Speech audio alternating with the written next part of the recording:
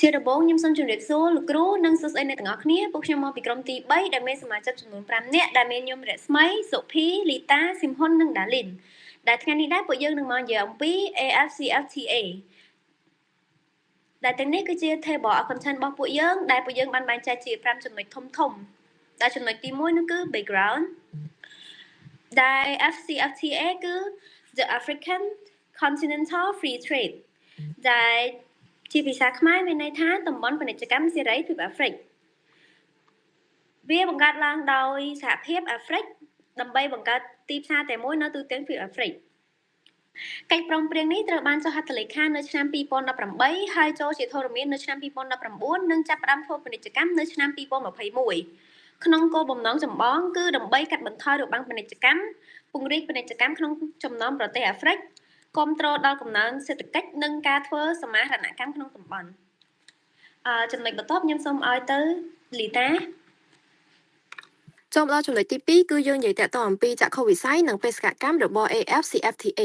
ដោយចក្ខុវិស័យរបស់ពួកគេមានចំនួន2ធំដោយទី1កសាងទីផ្សារអាហ្វ្រិកតែមួយដោយនៅពេលបច្ចុប្បន្ននេះប្រទេសអាហ្វ្រិកធ្វើពាណិជ្ជកម្មយ៉ាងតិចតួចបំផុតជាមួយគ្នាទៅវិញទៅមកដោយសារតែបញ្ហាព្រំដែននិងរបាំងជាច្រើនអញ្ចឹងហើយបាន AFCFTA ចង់ភ្ជាប់ប្រទេសអាហ្វ្រិកទាំងអស់ឲ្យទៅជាទីផ្សារធំតែមួយ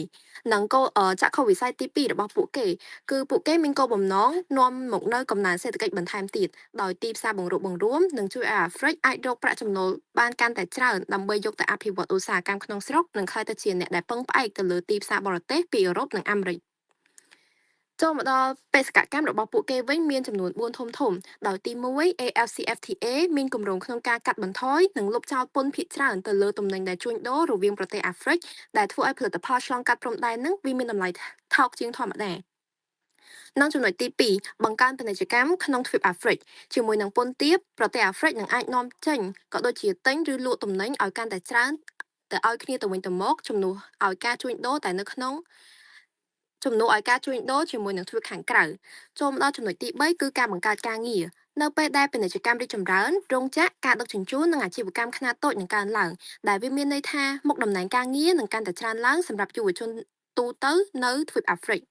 និងចំណុចចុងក្រោយគេគឺគាំទ្រការវិនិយោគដោយ AFCFTA បង្កើតច្បាប់ដើម្បីការពារវិនិយោគិនទាក់ទាញប្រាក់កាន់តែច្រើនទៅក្នុងឧស្សាហកម្មកសិកម្មផលិតកម្មនិង Digital របស់អាហ្វ្រិកអញ្ចឹងចក្ខុវិស័យខាងលើនេះវាប្រៀបបានទៅជាសុបិនដ៏ធំមួយរបស់ទ្វីបអាហ្វ្រិកហើយចំណុចបេសកកម្មទាំង4គឺជាជំហានជាក់ស្ដែងដើម្បីធ្វើឲ្យសុបិននេះក្លាយទៅជាការពិត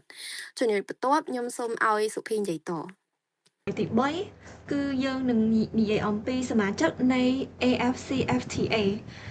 AFCFTA គឺជាកិច្ចព្រមព្រៀងពាណិជ្ជកម្មសេរីដែលប្រមូលផ្ដុំស្ទើរតែគ្រប់ប្រទេសនៅទ្វីបអាហ្វ្រិកឲ្យស្ថិតនៅក្នុងទីផ្សារតែមួយបច្ចុប្បន្នមាន54ក្នុងចំណោម55ប្រទេសនៅទ្វីបអាហ្វ្រិកបានចុះហត្ថលេខាលើកិច្ចព្រមព្រៀង AFCFTA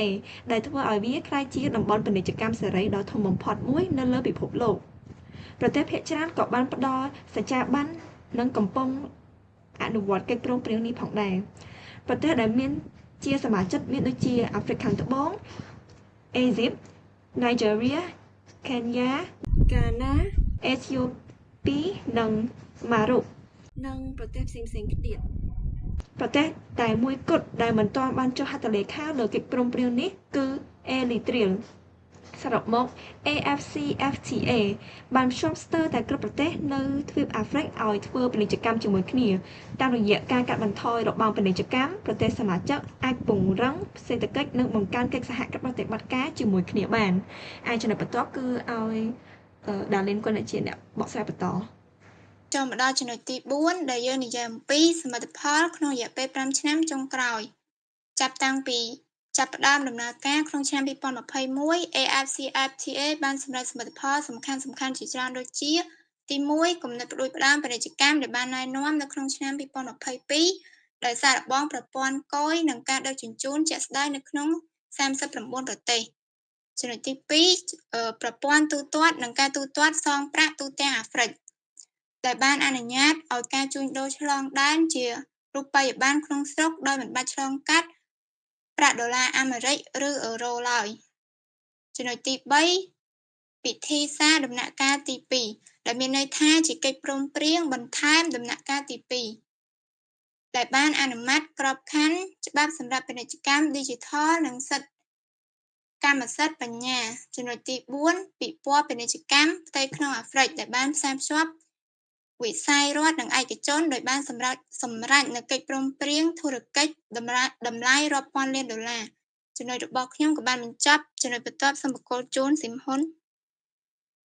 ចូលមកដល់ចំណុចទី5 Challenges ដំណើរការអនុវត្ត AFCFTA មកទល់នឹងពេលនេះបាននឹងកំពុងជួបប្រទះនូវបញ្ហាប្រឈមធំៗជាច្រើនដែលជាឧបសគ្គរារាំងដល់ការសម្រេចគោលដៅទី1កង្វះខាតហេដ្ឋារចនាសម្ព័ន្ធនេះជាឧបសគ្គដ៏ធំបំផុតបណ្ដាញផ្លូវថ្នល់ផ្លូវរថភ្លើងផែស្ងួតហើយនឹងកំពង់ផែនៅអាហ្វ្រិកភាគច្រើននៅមានកម្រិតហើយមិនទាន់តភ្ជាប់គ្នាបានល្អទេ